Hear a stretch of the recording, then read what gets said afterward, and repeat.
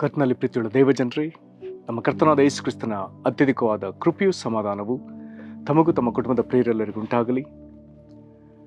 ಹೃದಯಂಗಮ ಮಾತು ಎನ್ನುವ ಈ ವಾಕ್ಯದಾನದ ಸರಣಿಯಲ್ಲಿ ನಾವು ಈ ತಿಂಗಳು ದೇವರ ಕೋಪದ ಕುರಿತಾಗಿ ಧ್ಯಾನಿಸುತ್ತಿರುವಲ್ಲಿ ಈ ಮುಂಜಾನೆ ನಾವು ಧ್ಯಾನಿಸುವಂಥ ದೇವರ ವಾಕ್ಯದ ಭಾಗವು ಕೀರ್ತನೆಗಳು 7ನೇ ಅಧ್ಯಾಯ 11-13 ವಚನಗಳು. ಕೀರ್ತನೆಗಳು 7ನೇ ಅಧ್ಯಾಯ 11, 12, 13 ವಚನಗಳು. ದೇವರು ನ್ಯಾಯಕ್ಕೆ ಸರಿಯಾಗಿ ತೀರ್ಪು ಕೊಡುವವನು, ಯಾವಾಗಲೂ ದುಷ್ಟರ ವಿಷಯದಲ್ಲಿ ಕೋಪವುಳ್ಳವನು. ದೋಷಿಯು ಮನಸ್ಸನ್ನು ಬೇರೆ ಮಾಡಿಕೊಳ್ಳದೆ ಹೋದರೆ ಆತನು ತನ್ನ ಕತ್ತಿಯನ್ನು ಮಸೆಯುವನು, ತನ್ನ ಬಿಲ್ಲನ್ನು ಬೊಗ್ಗಿಸಿ ಸಿದ್ಧ ಮಾಡಿದ್ದಾನೆ. ಆತನು ಅದಕ್ಕೆ ಮರಣಕರವಾದ ಅಗ್ನಿ ಬಾಣಗಳನ್ನು ಹೂಡಿ ಅವನ ಮೇಲೆ ಪ್ರಯೋಗಿಸುವುದಕ್ಕೆ ಗುರಿಯಿಟ್ಟು ನಿಂತಿದ್ದಾನೆ. ಈ ವಾಕ್ಯಗಳನ್ನ ಧ್ಯಾನಿಸಲಿಕ್ಕೆ ನಾವು ಶಕ್ತರಾಗುವಂತೆ ದೇವರು ತಾನೇ ನಮ್ಮ ಮನೋನೇತ್ರಗಳನ್ನ ಬೆಳಗಿಸಿ ನಮ್ಮನ್ನು ತನ್ನ ಜ್ಞಾನವುಳ್ಳ ಆತ್ಮದಿಂದ ತುಂಬಿಸಲಿ. ದೇವರ ಪವಿತ್ರಾತ್ಮ ನಮಗೆ ಬೋಧಿಸಿ ಸಂಗತಿಗಳನ್ನ ನಾವು ಅರ್ಥೈಸಿಕೊಳ್ಳುವಂತೆ ಆತ ನಮ್ಮನ್ನು ಬಲಪಡಿಸಲಿ. ಈ ವಾಕ್ಯ ಭಾಗ ಕೀರ್ತನೆ 7ನೇ ಅಧ್ಯಾಯದ ಈ ವಚನಗಳನ್ನ ನಾವು ಓದುವಾಗ ಇದಕ್ಕೆ ಹಿನ್ನೆಲೆಯಾಗಿ ಸೂಚಿಸುವಂತ ಒಂದು ವಾಕ್ಯ ಭಾಗವಿದೆ. ಅದು 1 ಸಮುವೇಲ 24ನೇ ಅಧ್ಯಾಯ. ಇಲ್ಲಿ ಅರಸನಾದ ಸೌಲನು ಒಂದು ಯುದ್ಧವನ್ನ ಮಾಡಿದ್ದಾನೆ. ಆ ಯುದ್ಧವನ್ನು ಮುಗಿಸಿ ಆತನು ಹಿಂದಿರುಗುವಾಗ ಆತನು ಒಂದು ಕಾಡಿಗೆ ಬರ್ತಾನೆ, ಅರಣ್ಯಕ್ಕೆ ಬರ್ತಾನೆ. ಎಂಗೇದಿ ಅನ್ನುವಂಥ ಸ್ಥಳದಲ್ಲಿ ಒಂದು ಅರಣ್ಯಕ್ಕೆ ಆತನು ಬರ್ತಾನೆ. ದಾವೀದನ ಅವನ ಜನರಲ್ಲಿ ಇರುವಂತ ಸುಳಿವು ಅರಸನಾದ ಸೌಲನಿಗೆ ಸಿಕ್ಕಿರ್ತದೆ. ಸೌಲನು ತನ್ನ ಸೈನ್ಯದಲ್ಲಿ ಬಹಳ ಶ್ರೇಷ್ಠರಾದ ಅಥವಾ ಪರಾಕ್ರಮಿಗಳಾದ 3,000 ಮಂದಿಯನ್ನ ಆರಿಸಿಕೊಂಡು ದಾವೀದನನ್ನು ಮತ್ತು ಅವನ ಜನರನ್ನು ಹುಡುಕುವುದಕ್ಕಾಗಿ ಈಗ ಆತನು ಕಳಿಸಿದ್ದಾನೆ. ಕಾಡು ಗುರಿಬಂಡೆಗಳಲ್ಲಿದ್ದ ದಾವೀದನನ್ನು ಅವನ ಜನರನ್ನು ಹುಡುಕುವುದಕ್ಕೋಸ್ಕರ ಹೊರಟನೆ ಎನ್ನುವಂಥ ವಾಕ್ಯವನ್ನು ಓದ್ತೇವೆ. ಇಲ್ಲಿ ಆತನು ಈ ರೀತಿಯಾಗಿ ಹುಡುಕಾಟ ನಡೆಸುತ್ತಿರುವ ಆ ಸಂದರ್ಭದಲ್ಲಿ ಅರಸನಾದ ಸೌಲನು ಶೌಚಕ್ಕೆ ಹೋಗಬೇಕೆಂದು ಒಂದು ಗವಿಯೊಳಗೆ ಆತನು ಪ್ರವೇಶಿಸ್ತಾನೆ. ಆದರೆ ದಾವೀದನು ಮತ್ತು ಅವನ ಸಂಗಡಿಗರು ಅದೇ ಗವಿಯ ಹಿಂಬದಿಯಲ್ಲಿ ಅವರು ಅಡಗಿಕೊಂಡಿರ್ತಾರೆ. ಶೌಚಕ್ಕಾಗಿ ಆ ಗವಿಯೊಳಗೆ ನುಗ್ಗಿದ ಸೌಲನ ಕುರಿತಾಗಿ ದಾವೀದನ ಸಂಗಡಿಗರು ಹೇಳ್ತಾರೆ, ನಾವು ಹೋಗಿ ಅರಸನನ್ನ ನಾವು ಹಿಡಿದು ತರ್ತೇವೆ, ನಿನಗೆ ಒಪ್ಪಿಸಿಕೊಡ್ತೇವೆ, ನಿನಗಿಷ್ಟ ಬಂದ ಹಾಗೆ ಮಾಡು. ದಾವೀದ ಅದಕ್ಕೆ ಒಪ್ಪುವುದಿಲ್ಲ. ಬದಲಾಗಿ ದಾವೀದ ಬಹಳ ಮೆಲ್ಲಗೆ ಆತನು ಹಿಂಬದಿಯಿಂದ ಬಂದು ಅರಸನಾದ ಸೌಲನ ನಿಲುವಂಗಿಯ ಮೂಲೆಯನ್ನ ಆತನು ಕತ್ತರಿಸ್ತಾನೆ, ಅದರ ತುಂಡನ್ನು ತೆಗೆದುಕೊಳ್ತಾನೆ. ಅದರ ನಿಮಿತ್ತ ಅವನ ಮನಸ್ಸಾಕ್ಷಿ ಅವನನ್ನು ಹಂಗಿಸತೊಡಗಿತೆಂಬಂತ ವಾಕ್ಯದಲ್ಲಿ ಬರ್ತದೆ. ನಂತರ ತನ್ನ ಜನರಿಗೆ ಹೇಳ್ತಾನೆ, ಆತನು ಅಭಿಷೇಕಿಸಲ್ಪಟ್ಟವನು, ಯೆಹೋವನಿಂದ ಅಭಿಷೇಕಿಸಲ್ಪಟ್ಟವನು ಮತ್ತು ಅವನನ್ನ ಒಡೆಯ. ನಾನು ನಿಮ್ಮ ಮಾತು ಕೇಳಿ ಯೆಹೋವನ ಅಭಿಷೇಕ್ತನ ವಿರುದ್ಧವಾಗಿ ನಾನು ಕೈ ಎತ್ತದಂತೆ ದೇವರು ಅಥವಾ ಯೆಹೋವನನ್ನು ತಡೆಯಲೆಂಬುದಾಗಿ ಆತನು ಹೇಳ್ತಾನೆ.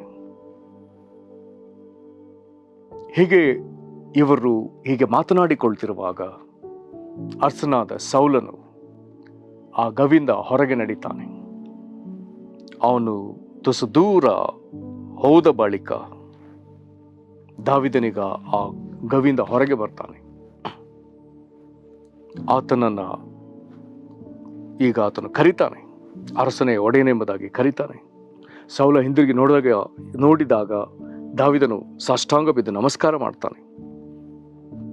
ಆಗ 9ನೇ ವಚನದಲ್ಲಿ ಒಂದು ಮಾತು ಬರ್ತದೆ, ದಾವೀದನು ನಿನಗೆ ಕೇಡು ಮಾಡಬೇಕೆಂದಿರುತ್ತಾನೆಂದು ಹೇಳುವವರ ಮಾತಿಗೆ ನೀನೇಕೆ ಕಿವಿಗೊಡುತ್ತಿ. ಹೀಗೆ ಮಾತು ಹೇಳಿದವರ ಪೈಕಿಯಲ್ಲಿ ಈ ಕೀರ್ತನೆ 7ನೇ ಅಧ್ಯಾಯದಲ್ಲಿ ಇದು ಬೆನ್ಯಾಮೀನ್ ಕುಲದವನಾದ ಕೂಷನ ಮಾತುಗಳು ಎಂಬುದಾಗಿ ಬರ್ತದೆ. ಹೀಗೆ ಅರಸನಾದ ಸೌಲನು ದಾವೀದನನ್ನ ಹಿಮ್ಮೆಟ್ಟುವಂತೆ ದಾವೀದನ ಕುರಿತಾಗಿ ಅಲ್ಲೂ ಸಲ್ಲದ ಮಾತನ್ನು ಮಾತನಾಡುವ ಆ ಮನುಷ್ಯ. ಹಾಗಾಗಿ ಆ ವಿಚಾರವಾಗಿ ಆ ಕೀರ್ತನೆ ಬರೆಯಲ್ಪಟ್ಟದೆಂಬುದಾಗಿ ಅದನ್ನು ಅಲ್ಲಿ ತಿಳಿಸಲಾಗಿದೆ. ನಂತರದಲ್ಲಿ ದಾವೀದ ತನ್ನ ಕುರಿತು ಹೇಳಿಕೊಳ್ತಾನೆ, ನಾನು ನಿನ್ನ ವಿರುದ್ಧವಾಗಿ ಕೈ ಹಾಕುವನಲ್ಲ,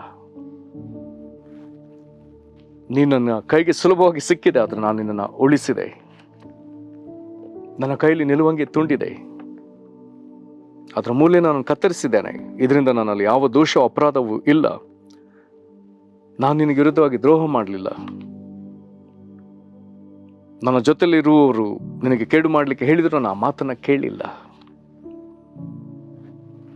ಆದುದರಿಂದ ದೇವರು ತಾನೇ ನಮ್ಮಿಬ್ಬರ ನಡುವೆ ಇರುವಂಥ ವ್ಯಾಜ್ಯವನ್ನು ತೀರಿಸಲಿ ಎಂಬುದಾಗೆಲ್ಲ ಆತನು ಮಾತನಾಡ್ತಾನೆ. ಹೀಗೆ ದಾವೀದನು ಇನ್ನು ಕೆಲವು ಮಾತುಗಳನ್ನ ಮಾತನಾಡಿದಾಗ ಸೌಲನು, ಇದು ನನ್ನ ಮಗನಾದ ದಾವೀದನೇ ನನ್ನ ಮಗನೇ, ಇದು ನಿನ್ನ ಸ್ವರವು ಎಂಬುದಾಗಿ ಗಟ್ಟಿಯಾಗಿ ಅಳ್ತಾನೆ. ನಂತರದಲ್ಲಿ ಹೇಳ್ತಾನೆ, ನೀನು ನನಗಿಂತ, ಈಗ ಅರಸನಾದ ಸೌಲನು ಹೇಳ್ತಾನೆ ದಾವೀದನಿಗೆ, ನೀನು ನನಗಿಂತ ನೀತಿವಂತನು, ನಾನು ನಿನಗೆ ಕೇಡು ಮಾಡಿದ್ರು ನೀನು ನನಗೆ ಒಳ್ಳೆಯದನ್ನೇ ಮಾಡಿದ್ದೇನೆ, ಯೆಹೋವನು ನಿನ್ನ ಕೈಗೆ ಒಪ್ಪಿಸಿಕೊಟ್ರು, ನೀನು ನನ್ನನ್ನು ಕೊಲ್ಲಿಲ್ಲ, ನೀನು ನನಗೆ ಹಿತವನ್ನೇ ಮಾಡಿದ್ದಿ, ಮುಂದೆ ಇಸ್ರಾಯೇಲರ ಸಾಮ್ರಾಜ್ಯ ನಿನ್ನ ಕೈಗೆ ಬರ್ತದೆ, ಆಗ ನನ್ನ ಹೆಸರು ಅಳಿದು ಹೋಗದಂತೆ ನೀನು ಏನಾದರೂ ಮಾಡೆಂಬುದಾಗಿ ಅವನಿಂದ ಒಂದು ಪ್ರಮಾಣವನ್ನು ತೆಗೆದುಕೊಳ್ತಾನೆ. ದಾವೀದನ ಪ್ರಮಾಣ ಮಾಡ್ತಾನೆ. ಈ ಸಂದರ್ಭದಲ್ಲಿ ಬರೆದ ಕೀರ್ತನೆ ಇದಾಗ್ತದೆ. ಹಾಗಾಗಿ ಅಲ್ಲಿಯ ಸಂದರ್ಭವನ್ನು ಆತನು ಸಾಲುಗಳಲ್ಲಿ ವಿಧವಾಗಿ ಅದನ್ನು ಪ್ರಕಟಿಸ್ತಾನೆ. ಆದರೆ ಸೌಲನೊಂದಿಗೆ ದುಷ್ಟತನದಿಂದ ವರ್ತಿಸುವ ಜನರ ಕುರಿತಾಗಿ ಆತನು ಪ್ರಸ್ತಾಪಿಸುವಾಗ 11, 12, 13 ಬಗ್ಗೆ ಬರುವಾಗ ಇಲ್ಲಿ ದೇವರ ಕೋಪವನ್ನು ಆತನು ಪ್ರಸ್ತಾಪಿಸ್ತಾನೆ. ಇಲ್ಲಿ ಬರ್ತದೆ, ದೇವರು ನ್ಯಾಯಕ್ಕೆ ಸರಿಯಾಗಿ ತೀರ್ಪು ಮಾಡುವವನು. ಪ್ರೇರೆ ನಮಗೆಲ್ಲರಿಗೂ ಅರ್ಥವಾಗಲಿ, ದೇವರು ಯಾವತ್ತೂ ಅನ್ಯಾಯ ಮಾಡುವವನಲ್ಲ. ಆತನು ಪ್ರೀತಿಸಿದರು, ಕೋಪಿಸಿದರು, ಕರುಣಿಸಿದರು, ಎಲ್ಲವುಗಳಲ್ಲಿ ತನ್ನ ನೀತಿಯು ಕಂಡುಬರುವಂತೆ, ಅದು ಕಾಣುವಂತೆ ಆತನು ಮಾಡ್ತಾನೆ. ಎಲ್ಲವುಗಳಲ್ಲಿ ದೇವರ ನೀತಿ, ಆತನ ಸಕಲ ಕಾರ್ಯಗಳಲ್ಲಿ, ನುಡಿಗಳಲ್ಲಿ ದೇವರ ನೀತಿ ಅಡಗಿದೆ. ಆತನು ಎಲ್ಲಿಯೂ ಅನ್ಯಾಯ ಮಾಡುವವನು ಅಲ್ಲವೇ ಅಲ್ಲ. ಹಾಗಾಗಿ ಇಲ್ಲಿ ಬರ್ತದೆ, ದೇವರು ನ್ಯಾಯಕ್ಕೆ ಸರಿಯಾಗಿ ತೀರ್ಪು ಮಾಡುವವನು.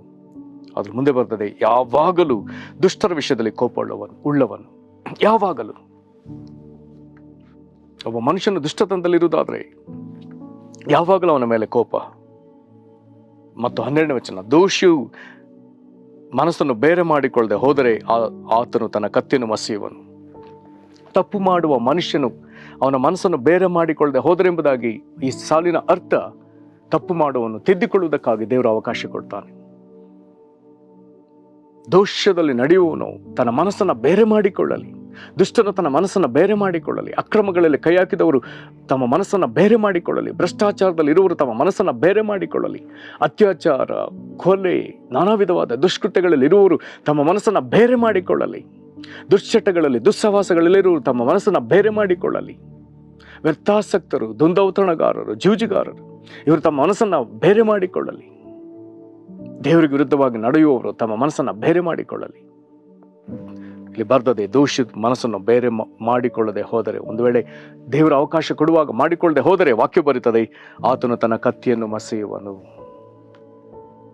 ಅವರಿಗಾಗಿ ಕತ್ತಿ ಮಸೆಯಲ್ಪಡ್ತದೆ. ಮುಂದುವರೆದು ಬರ್ತದೆ, ತನ್ನ ಬಿಲ್ಲನ್ನು ಬೊಗ್ಗಿಸಿ ಸಿದ್ಧ ಮಾಡಿದ್ದಾನೆ. ಹಾಗಾದ ದೋಷಿಗೆ ದೇವರು ಬಿಲ್ಲನ್ನು ಸಿದ್ಧ ಮಾಡಿಟ್ಟಿದ್ದಾನೆ.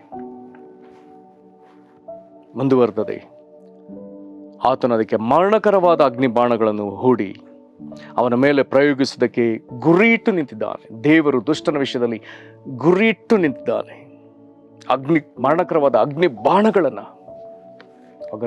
ಹಾಗಾದರೆ ದೋಷದಲ್ಲೇ ನಡೆಯುವವನಿಗೆ ಮರಣಕರವಾದ ಸಂಗತಿಗಳು ಸಂಭವಿಸ್ತದೆ. ಮರಣಕರವಾದ ಯಾವ ಸಂಗತಿಯು ಯಾವ ವಿಧದೆಂಬುದಾಗಿ ಹೇಳುವುದಕ್ಕೆ ಸಾಧ್ಯವಿಲ್ಲ. ಅವನಿಗೆ ಉಂಟಾಗುವಂಥ ಬಾಧೆಗಳು ಅವನನ್ನು ಮರಣಕ್ಕೆ ಹತ್ತಿರಕ್ಕೆ ನಡೆಸುವಂಥದ್ದು. ಈ ವಿಧದ ಅಗ್ನಿಬಾಣವನ್ನು ಹೂಡಿ ಅದನ್ನು ಯಾವಾಗ ಪ್ರಯೋಗಿಸಬೇಕು ಯಾವಾಗ ಪ್ರಯೋಗಿಸ್ತಾನೋ ಎಂಬಂತೆ ಆತನು ಸಿದ್ಧವಾಗಿ ನಿಂತಿದ್ದಾನೆ. ಪ್ರಿಯರೇ, ಇದು ಒಬ್ಬ ಮನುಷ್ಯನ ಮೇಲಿರುವ ದೇವರ ಕೋಪವನ್ನು ತೋರ್ಪಡಿಸುವಂತಹ ದೇವರ ವಾಕ್ಯದ ಭಾಗ.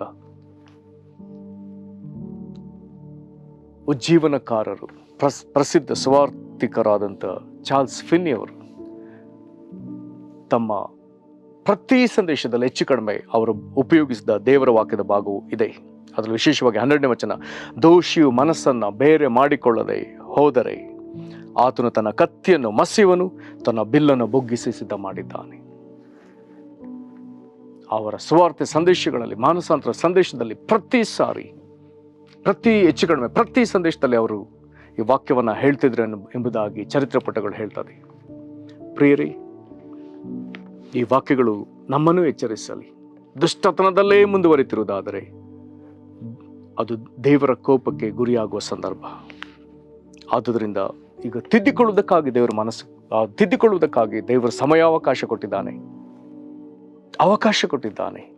ಈಗಲೇ ಆ ರಕ್ಷಣೆಯ ದಿನ, ಇದೇ ಆ ಸುಪ್ರಸನ್ನತೆ ಕಾಲವಾದುದರಿಂದ ಈಗಲೇ ದುಷ್ಟತನವನ್ನು ಬಿಟ್ಟು ಮಾನಸಾಂತರ ಹೊಂದಿ ಕರ್ತನಾದ ಯೇಸು ಕ್ರಿಸ್ತನನ್ನು ನಂಬಿ ಆತನನ್ನು ಸ್ವಂತ ರಕ್ಷಕನಾಗಿ ಹೃದಯದಲ್ಲಿ ಅಂಗೀಕರಿಸಿ, ಆತನು ನಮಗಾಗಿ ಕಲ್ವಾರಿ ಶಿಲುಬೆಯಲ್ಲಿ ನಮ್ಮ ಪಾಪಗಳಿಗಾಗಿ ಆತನು ಅನುಭವಿಸಿದ ಬಾಧೆ, ಆತನು ಅರ್ಪಿಸಿದ ಪ್ರಾಯಶ್ಚಿತ ಯಜ್ಞ, ಆತನು ಸುರಿಸಿದ ರಕ್ತ, ಆತನು ಸತ್ತು ಜೀವಿತನಾಗಿ ಎದ್ದು ಬಂದ ಈ ಸತ್ಯಾಂಶಗಳನ್ನ ನಾವು ನಂಬಿ ಯೇಸು ಕ್ರಿಸ್ತನನ್ನು ಹೃದಯದಲ್ಲಿ ಅಂಗೀಕರಿಸೋಣ. ಆಗ ದೇವರಿಗೆ ನಿನ್ನ ಮೇಲೆ ಎಷ್ಟೋ ಪ್ರೀತಿ. ನಮ್ಮನ್ನು ಒಪ್ಪಿಸಿಕೊಡೋಣ. ಅಪ್ಪ ತಂದೆಯೇ, ಈ ಅಮೂಲ್ಯವಾದ ವಾಕ್ಯಕ್ಕಾಗಿ ಸ್ತೋತ್ರ.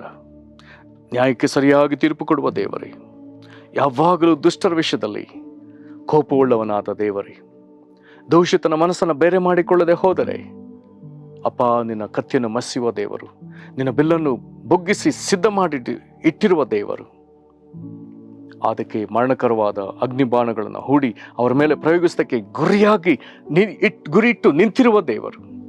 ಅಪ್ಪ, ಇಂಥ ದೇವರಾದ ನಿನ್ನನ್ನು ಕಂಡು ನಾವು ಭಯಪಡುವಂತೆ, ಯೆಹೋವನ ಭಯವನ್ನು ನಾವು ಹೊಂದಿಕೊಳ್ಳುವಂತೆ, ದೇವರ ಭಯವನ್ನು ಹೊಂದಿಕೊಳ್ಳುವಂತೆ ದಯಮಾಡಿ ಸಹಾಯ ಮಾಡಿರಿ. ನಮ್ಮ ಮನಸ್ಸನ್ನು ಬೇರೆ ಮಾಡಿಕೊಳ್ಳುವುದಕ್ಕೆ, ಮಾನಸಾಂತರ ಪಡುವುದಕ್ಕೆ ಅಪ್ಪ ನಮಗೆ ಈಗಲೇ ಸಹಾಯ ಮಾಡಿರಿ.